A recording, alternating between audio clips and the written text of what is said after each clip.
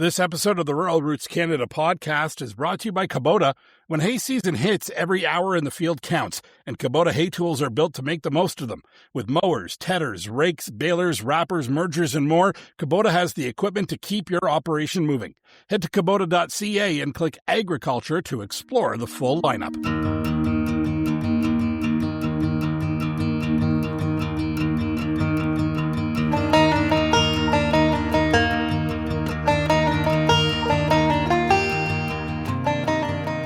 Welcome to the Rural Roots Canada podcast. I'm Tim Parent, joined by Mr. Craig Lester. And Craig, let's get right into it because there's been a story that's been making the rounds the last couple of weeks, and it's affected the community of Lethbridge and quite a few other farmers and producers in southern Alberta. And that's the closing of the Nortera plant in the Nortera vegetable processing plant in Lethbridge.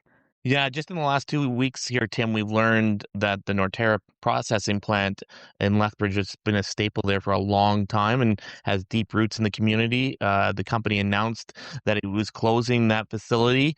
It will be closed by June. The CEO of Nortera, Hugo Boisvert, says the current market pressures have made it essential for them to consolidate their operations, and by optimizing their manufacturing footprint, they are securing the future and the competitiveness of Nortera.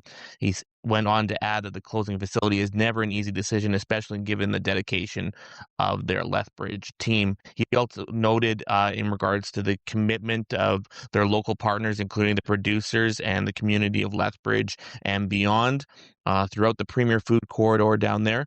And it's a loss, and we've seen it on social media already, farmers talking in regards to the loss of this plant as they have been longtime partners with Nortera, producing great quality produce. On top of that, it's a bit of a hit to the food processing sector down in Lethbridge. Now, with all this happening, I had a chance to sit down with Bianca Parsons, who's the executive director of the Alberta Food Processors Association, in regards to this decision by Nortera to close this facility. And she pointed to a number of different factors that led up to this. I guess what we'll start off, Bianca, is just your reaction to Nortera's announcement last week. Yeah, it's heartbreaking whenever you hear of a closure in our province, especially when you know of a closure of a company that has been around for so long and had such longevity within the province as a whole.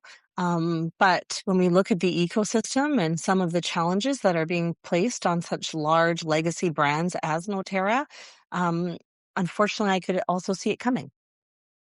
Can you tell us a little bit about what the pressures are that food processors are feeling right now? For sure. I think the general public has learned a lot about interprovincial trade and international trade in the last 18 months. And this has been a challenge that has been striking our industry for a long time. It's particularly when you talk about Nortera and we talk about canned vegetables or frozen vegetables, we're seeing some huge pressures being placed on them. If you are using cans, then you're experiencing tariffs on aluminum at such a high rate that the can price of a product that is so well known in our food banks and other places as being economically friendly is no longer being so, because it's costing so much for that actual can before they've even filled it. So it's increased their cost of doing business exponentially. We also know that there's increasing pressures from other countries bringing, for lack of a better phrase, but cheap food into Canada. And we've seen that in the vegetable market. So, when someone has an incredible product that is not only just nutritious and supports local, but we also know is full of nutrients and is produced in an ethical way, we want to see them succeed. And it's hard when you see challenges like this happen. So I guess from your standpoint, has this raised, a point that you're going to take to what's your next steps when you see something like this happen?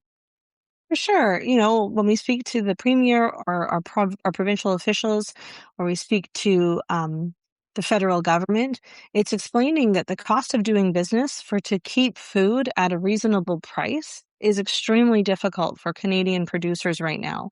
And they're doing everything they can to be able to reduce the cost for the average consumer. However, the cost of doing business has never been higher.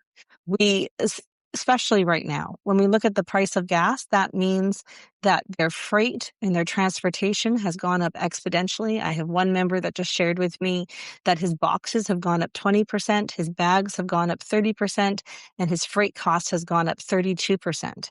This is a cost that he's going to eat because of his relationship with retailers. He can't just go back to the retailer and say, okay, my product is now a different price today. So he has a long time negotiation with them. So when he sells his product to that retailer, it is going to that retailer at a certain price for, let's say, 1 year, 2 years, 3 years. And I don't think anyone predicted the amount of changes that have happened. Let's say if you have a 3-year contract in the last 3 years, whether it be international tariffs, whether it be shipping costs, whether it be gas prices, it's been a difficult time for these processors. And then they eat the cost while the retailer still gets to charge based on that original price point that they've negotiated. How about the relationship on the other side between the producers and the food processors? I mean, that's just equally as valuable now. And as some people have pointed out, there's about 6,000 acres that Nortera bought every year, sort of thing, from farmers and had deals with. What have you heard from that side in regards to finding a place for those producers somewhere else? I want to make sure we're saying the same thing. So you mean by producers in this context, farmers? Yeah, you And then betcha. you Sorry, mean, okay. farmers. Yes, my Yeah, apologies. sure, no worries. So some people say producers and processors are interchangeable. I just want to make sure we're talking apples and oranges here. Yeah, absolutely.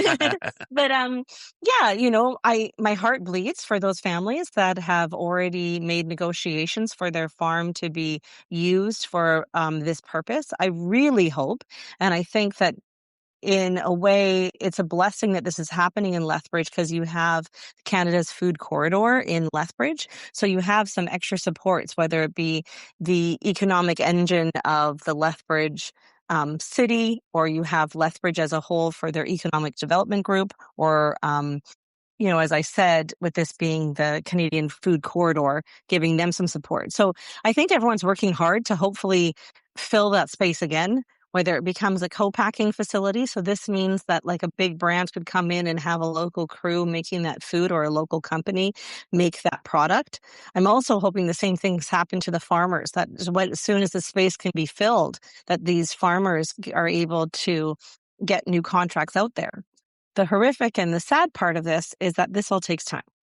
So that means, especially for the farming community that doesn't have the opportunity to say, okay, well, I just won't plant anything for 4 months while I find a new client. It doesn't work like that. So we need to find them new clients tomorrow. Absolutely. Bianca, anything you'd like to add that I haven't asked you? I think that, you know, the average consumer, we constantly say made in Alberta. At AFPA, we actually have an app that's free that you can download called Made in Alberta. You can go on there, you can take a picture of an item even. So you can take a picture of a can of corn and it'll tell you a local company or local corn producers to try and encourage consumers from everything from taking a picture of a cup of coffee to local options for a local coffee roaster. So I really want to encourage people now more than ever. This just proves how much we truly need to buy local. It really matters when you're grocery shopping to flip that can over. And if that can says distributed in Canada or with made in China product, that is one of the reasons that we're having to see consolidation of some of our major processors in our nation. We want to remind people that buying local now could really save your neighbor's job tomorrow. That's my interview with the Alberta Food Processors Association's Executive Director, Bianca Parsons, about the closure of the Nortera processing facility in Lethbridge that is going to affect about 70 employees and a number of farmers and producers and partners in the region. Just another headache to deal with, right, that our farmers are currently dealing with. I mean, particularly in Alberta, we've got drought conditions, and I know that's not just an Alberta issue, but, you know, across the prairies. Then you've got the fertilizer issue because of what's happening with the war in Iran and the Strait of Hormuz being closed or opened or very slow to process things, rising costs of everything, mental health struggles, labor shortages. I mean, it is not an easy time to be a farmer or a producer, and it just seems that there's always something right after the other these days, and I really feel for everyone who's struggling out there. you hit the nail on the head there, Tim. There's always a challenge with producing food. And this is obviously something I have seen mentions on social media just in regards to farmers looking for other options as they move forward into this coming growing season. And a reminder that this Rural Roots Canada podcast is brought to you by Kubota. If you make hay, you know what's really in charge, the weather. So when you have a good window, it's go time, and you need equipment that helps you move fast, stay consistent, and avoid downtime. This episode is sponsored by Kubota Canada hay tools. From disc mowers and conditioners to tedders, rakes, mergers, round balers, wrappers, and more, it's a lineup built around the stuff that pays you back in season. That means clean cutting, terrain adaptability, and durability to go the distance. And because reliability isn't optional, Kubota backs it up with Canadian commitment. More than 50 years in Canada, plus a dealer network that's locally owned and ready to help when the season doesn't wait. That kind of dealer support means you're never far from people who understand the unique conditions your operation faces. And for extra peace of mind, all Kubota hay tools are backed by a 2-year factory warranty. Kubota Canada. Find the link in the show notes for more.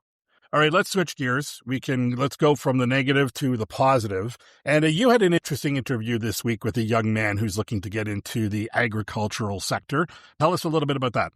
Yes, Tim, I had a great conversation with Paul Skretting. He's an agronomy student at Lethbridge Polytechnic, and he has been named the valedictorian for the 2026 class for the post-secondary institution, which is obviously a high honor, and he was very much looking forward to it. I actually had a chance to sit down and have a conversation with him in regards to what this means to him. And to get a little bit of a background, and the most fascinating thing I found about Paul is that he comes from a background that's not necessarily completely in agriculture. And so we talked a lot about that.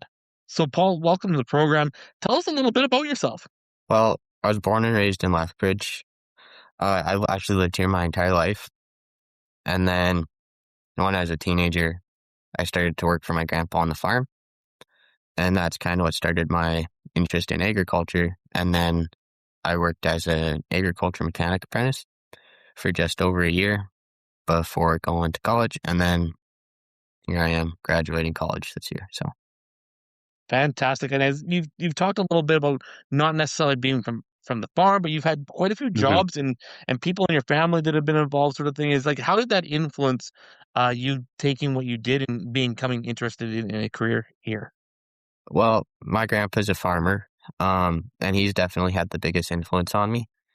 He kind of like kick-started my interest for sure.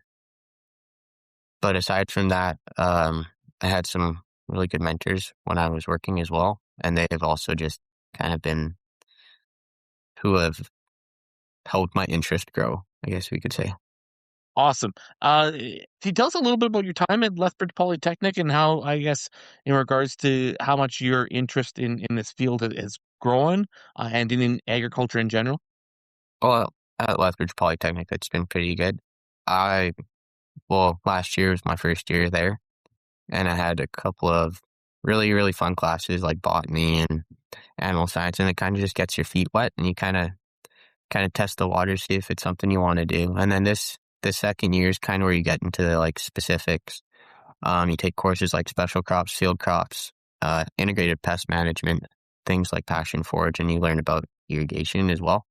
And it kind of just solidifies the knowledge that you may have not had coming into it, and kind of gives you a good baseline when you enter the workforce, I think. What does it mean for you to be valedictorian and someone who's in the ag field to be serving as valedictorian for your class? It's truly humbling. I really could not do it without the teachers and everyone, like my family, who supported me. And I think for agriculture, it just it's another testament to how important it is because we're feeding the world in this industry, and I think just more publicity, can also bring awareness to the positives of agriculture when sometimes we're caught up in pesticides and environmental concerns and things like that. That's great. And I mean, I guess can you share a little bit with your plans after graduation here? Do you kind of have a path before you? Yeah. So this summer, I'm going to continue working my summer job as a summer student agronomist. And then in the fall, I'm going to head back to school and try and complete my degree. So Oh, that's great. I mhm. guess, do you have any messages for any kids out there that are thinking about getting into agriculture, particularly ones that don't necessarily come from an agricultural background, and why they should probably jump into this, or at least give it an opportunity? I think they totally should. I think that, you know, just like me, you can kind of start without knowing anything and you can pick it up pretty quickly.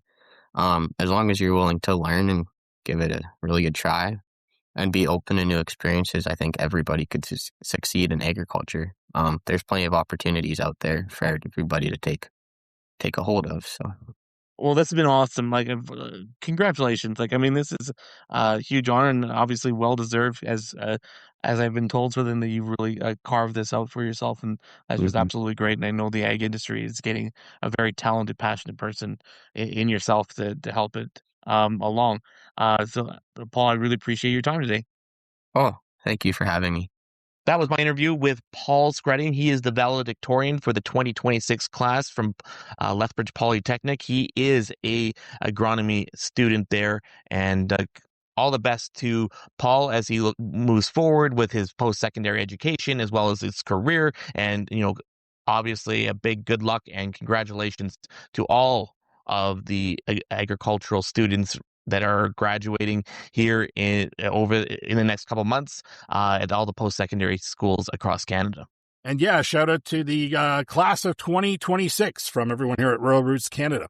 Thanks again to Kubota for sponsoring this episode. Choosing the right equipment for your hay operation is a big decision, so Kubota's dealer network is there to help you get it right. Whether you're looking at mowers, balers, or a complete hay tool setup, your local Kubota dealer can walk you through the options. Head to kubota.ca and click Find a Dealer to connect with an expert near you. That's it for this Rural Roots Canada podcast. On behalf of Craig Lester, I'm Tim Parent. Thanks for listening.